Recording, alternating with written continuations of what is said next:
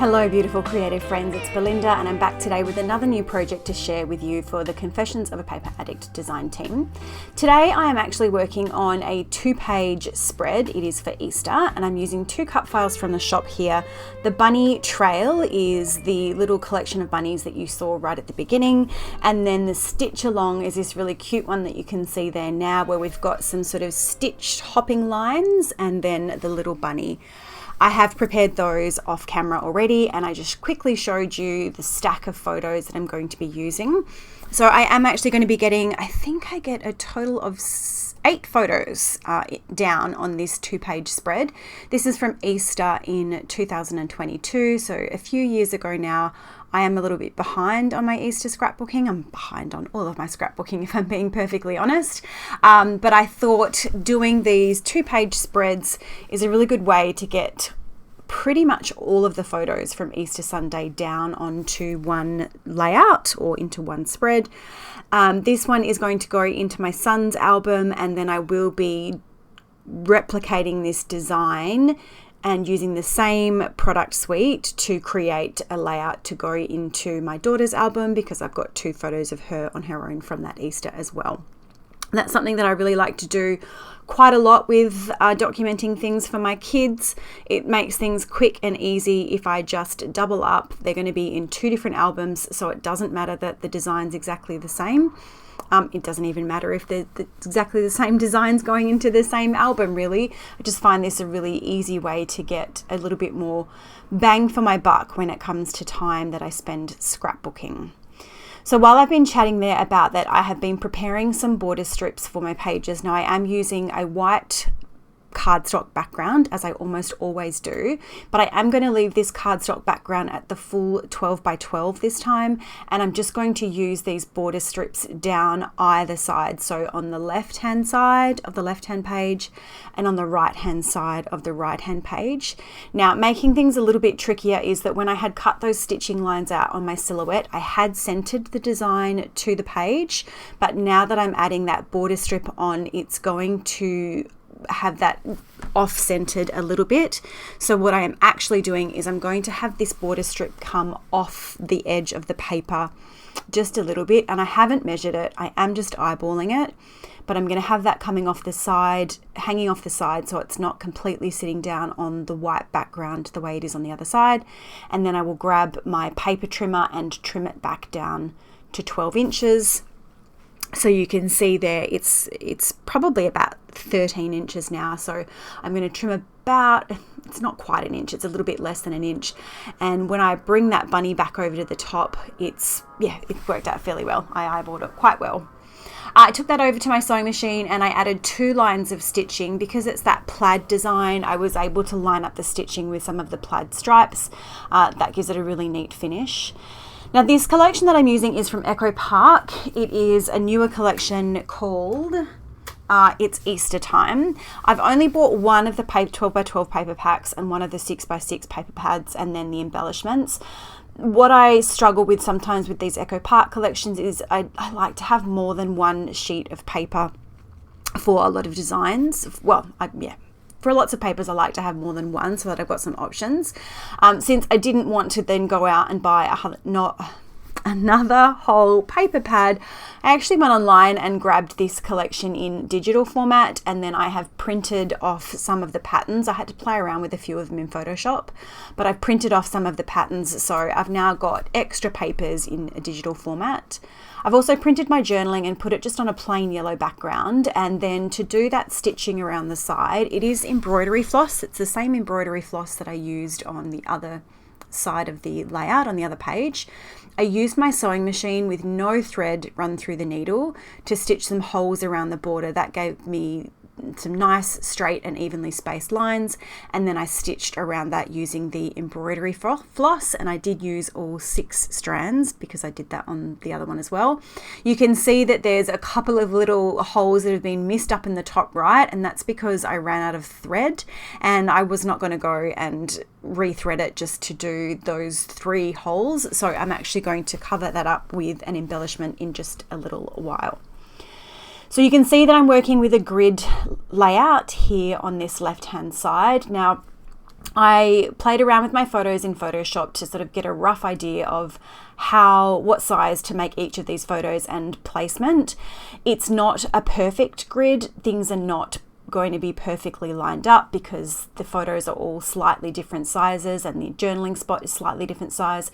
So to try and make that a little bit easier on the eye, what I'm actually going to do is I'm going to make sure that they're spaced pretty evenly going horizontally across the page, but going vertically, I'm actually going to have each column of photos starting at a slightly different height. So it's kind of a grid format, but because they're not going to line up, by having those start at different places at the top of the layout, it doesn't feel odd to have the grid be so mismatched. I hope that makes sense. As you can probably tell, I'm struggling a little bit with my words today. I'm using my T-square ruler to line up just the top edge of the top photo to make sure that they're straight. And I am not measuring the space between the photos. I'm eyeballing that, and then I'm going to eyeball placing them down in columns, one on top of the other. I will use my T-square ruler here and there just to make sure that the bottom edge is straight as well and I don't have anything too wonky, but I am quite happy with eyeballing for this one. There's not a lot of space between the photos by the time I've added that pattern paper. So each of them has got a white cardstock mat. Each of them has got a patterned paper mat. Excuse the back of my head there. And then I have also used some chipboard to pop up a few of the pieces there. I've popped the journaling up, that large square photo, and then one of the photos on the left. I've now adhered my row of bunnies down. I put some thin foam adhesive behind the bunnies and I have laid those down nice and straight down the bottom. Now you can see that I've got that little bit of white space there between that square photo in the middle and the bunnies. So I found this die cut piece which says there's no business like bunny business, and that fit perfectly there.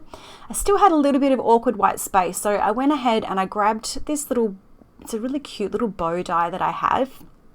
And I made a little bow that's actually not going to end up staying there. By the end of the layout, I'm going to pull that up because I have a different idea about how to fill that space, but for now it's sitting there. I've grabbed a little carrot from the chipboard, one of the chipboard element packs, and that's going to go in that top right hand side of the journaling there where I had that little space in the stitching, perfectly placed there. What I really loved about this layout was just trying to find ways to bring all of the different colors in. It started off when I backed the bunnies as being relatively monochromatic. There was some blues and some greens and some whites. But then slowly as I built the layout, I started to bring more of the colors of the collection in. So I've got some more purples, I've got some oranges, I've got the darker yellows, and I also bring in some of the sort of corally pink colors as well. I thought about putting a little egg there, but I just decided, okay, I'm going to leave this side for now and I'm going to go and work on the other side of the layout. So that side that you saw there is going to go on the left hand side. This is going to be the right hand side spread. I've already trimmed my photos down and added a white cardstock border to the back of them, and then here are some of those digitally printed papers that I am matting those photos onto, and then I'm going to trim them down. I'm going to leave a slightly wider border around these ones than I did on the photos on the opposite page, and that's just because I've got more space on this side of the page. This side of the page is just going to have these 2 larger photos. They're not quite 4x6. I believe they're probably about 5 inches tall, so whatever the relevant scale is for the width. I'm also going to bring one of them up onto some chipboard, just the one, not both of them, and it's going to be the one where my son's pulling that super adorable little I've just eaten chocolate for breakfast faces. So I'm going to bring that one up. Right now I'm trying to figure out how I'm going to build this side of the page. I find Easter a little bit hard to work with because the elements just don't really lend themselves to the way that I have been scrapbooking lately. There's lots of icons and cutesy little elements and pictures, and when I'm building my embellishment clusters, I prefer to layer, and so those little icons don't really suit themselves super well to layering. But I didn't want to have this page be really super duper plain. I wanted to have some interesting stuff. So I've got that bunny hopping along on the side. These alphabet stickers that I've got here came from an old Hip Kit club, and it just so happens that I don't quite know what color you would call this. It's sort of a dark yellow bordering on orange, and it was perfectly matched with the color in the collection. I thought that I had enough in that pack to spell the word Hoppy Easter, but then when I started making the words, I realized I didn't have any T's. So I have an L there, which I'm going to turn into a T, and I'll do that off camera. And I'm just, before I go adhering anything down, I'm trying to work out what embellishments I'm going to place around and where I'm going to put things, toying with the idea of whether to have the photos straight or whether to have them on a slight angle. I do decide to put them on just a little bit of an angle, and that's just to really, because the other side of the page is quite linear, we've got that grid design, having these photos be on a little bit of an angle just adds a bit more visual interest to the spread as a whole. And these are going to go centered. Now I'm not centering it to the page, I'm just centering it to the white part of the page because I'm not counting that border. I did tack them down, and then off camera I have gone and I have added some wet adhesive behind each of those letters just to give them a little bit of extra stick. I've used a scallop border punch to punch some of this sort of yellowy orange. There was a frame in one of the ephemera packs that looked a little bit like this, so I've tried to replicate that frame. I just didn't really like the pattern that was in it. I've got another chipboard piece here that says "So Excited." It's a tag, so I will come back and add some twine to the top of that in just a moment. And I've got a little chick with a blue hat on that's going to sit up there. This little tag thing that says Bunny Trail, hop on down. Again, I will add some twine to that in just a little while. I've got a little bunny here, a little blue bunny. He's going to sit on top of that tag. That tied in really well. My son's got his little blue bunny ears on in the photo. And what am I off doing now? Oh, I'm trying to work out. So I wanted to put the date on this, Hoppy Easter. I'm trying to work out what else to put here on the left-hand side of that photo. So I wanted to repeat that scallop element a little bit, but I just wasn't sure what to do it with. So I've grabbed out an offcut. This is a darker purple. I don't think I've used this purple on this spread at all, but it does appear in some of the embellishments and some of the pattern papers, and I'm just going to repeat that scallop effect. So I've used my scallop border punch and then used my scissors to round off the edge, and I'm going to tuck that down underneath to the side of that left hand photo. And that's a really nice way to tie the two little embellishment clusters together, also to bring some extra color in. And now I'm looking at the date. So Hoppy Easter was my title, and I wanted to put 2022 underneath. I pulled out these little tiled alpha stamps that have got numbers on the bottom of them, and I go ahead and line them up. And I'm using a distress ink that is in the softer pink that's in some of the collection, and I stamp it down, and then as soon as I stamp it down, I realize that it's just a little bit too small. These they get a bit lost, and it's a good thing too, because when I stamped out those numbers, you can see I've stamped out 20 and then it would have been 24, so I had got completely the wrong date. So I went back into my stamp stash, found a larger tiled alpha set, and have stamped the 2022 onto some plain white cardstock and trimmed it out, and then adhered those down on top of the stamping that I had originally put. So as I mentioned, I wanted to bring some twine in because I'm trying across the 2 pages, I'm trying to repeat elements in groups of 3 across the 2 pages, and you will be able to see a bit more of that if you have a look at the close-up photo. But this sort of sage green twine, I did use it to stitch around the journaling on the left hand page.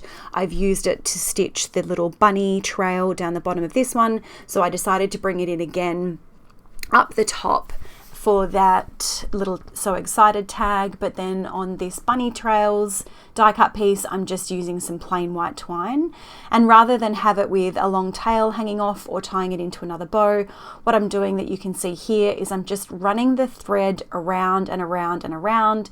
I'm creating a nice big cluster of that thread, and then I'm going to tie it off and cut it quite short.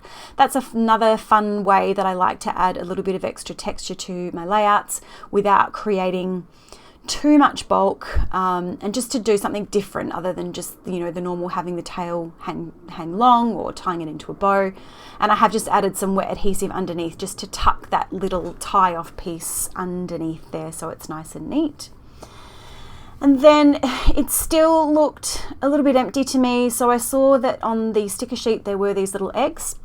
There were not enough eggs to go around, so I went back into my stash and I found some little egg-shaped metal dies, and then I've gone through and I have die cut a whole bunch of eggs in the 2 different sizes, and I'm going to create some little egg clusters around each of the pages. So the first little egg cluster is going at the top here, the top right hand side of this photo, and in each cluster I've got 1 big egg and 2 little eggs. I've tried to vary the patterns and the colors, and I've considered where they're going and what they're going to be sitting against, because I want to make sure that we've got just because there are so many different colors in this layout, I wanted to make sure that everything was really balanced and nothing was too color heavy. So some of those colors are really dominant, the bright blue, the darker yellow, the bright purple. So I've just made sure that they're not clustered too close together. Played around with that one for a lot longer than I really needed to.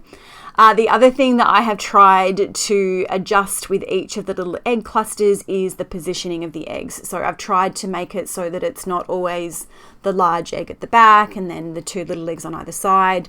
I've tried to vary that up a little bit. I'm using some foam adhesive dots just to vary the depth of each of them, and I'm trying to have them facing different ways. So you can see in that little cluster I've actually got 2 of the larger eggs, and I'm going to use one of the smaller eggs and adding some foam dots there just to give a little bit of dimension. So there's my 3 little egg clusters there on that page.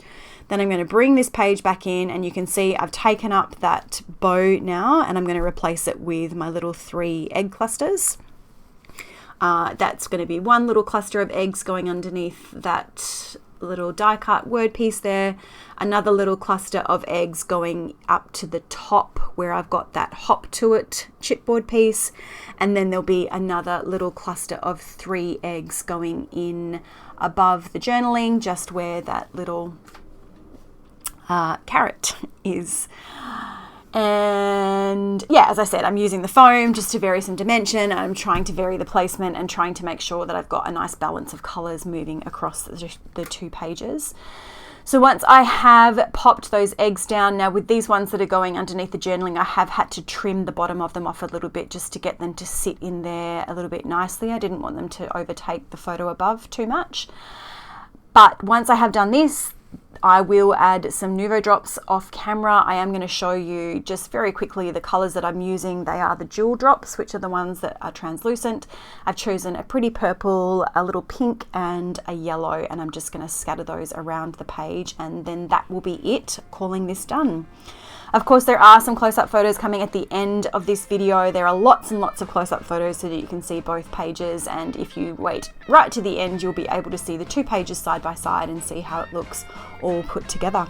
I do hope that you have enjoyed this video. If you have, I'd love for you to go ahead and leave me a comment or give me a thumbs up. And if you're not already subscribed, I would love for you to hit that subscribe button and join me on my upcoming paper crafting adventures. But I will leave it there for now and say thank you so much for watching, and I hope you have a great day.